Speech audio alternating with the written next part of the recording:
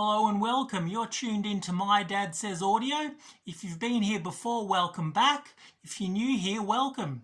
Today I'll be looking at the Fosi V3 integrated amplifier. I've just received it today. I've been running it for about 3.5 hours using various sources, including the laptop, the turntable, the Thorens, and the Marantz CD273, and running them into the US audio speakers. I've got to say, I'm pretty impressed with this little amp. It's 50 watts. It replaced the Yulu, the poor little Yulu, and I've got to say, I think it's actually a better match for the US audios than the Yulu. The Yulu is more suited to high efficiency speakers.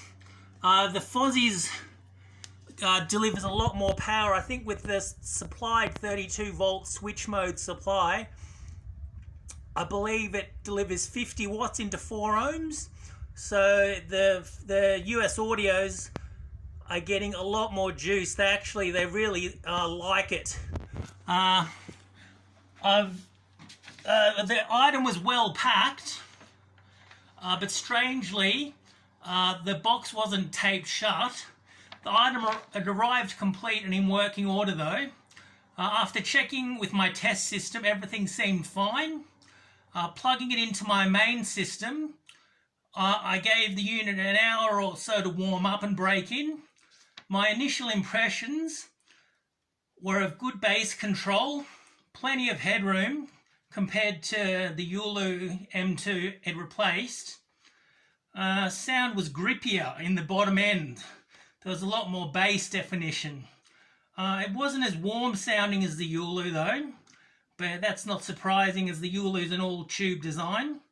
It appeared to be a much better match for the US audio speakers. The Yulu is 8 watts, while the supplied switch mode power supply gives the Fosi 50 watts. I listened to it on vinyl on the Thorens, and I played David Bowie's The Man Who Sold the World. On the track Black Country Rock, the instruments were well separated. The sound stage was open, deep and wide, and Bowie's fluttery vocals on this track, if you know it, you'll know what I'm saying, were clearly articulated.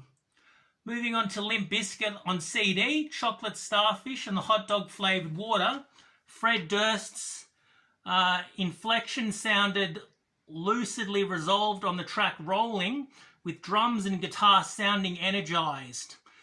The remix of Rolling, featuring DMX and Redman, had full, fast and tight bass control. Vocals had a good, rich tone. This amp had my head nodding and my feet tapping. At the end of the day, for the same cost as a reed tube for the Yulu, you can get an amp that, with less efficient speakers such as the US audios, is a better sonic solution. With more efficient speakers, however, the tube sound of the Yulu might come out on top. So it all really depends. If you've got some speakers that are maybe 4 ohms, you might do well with this amp.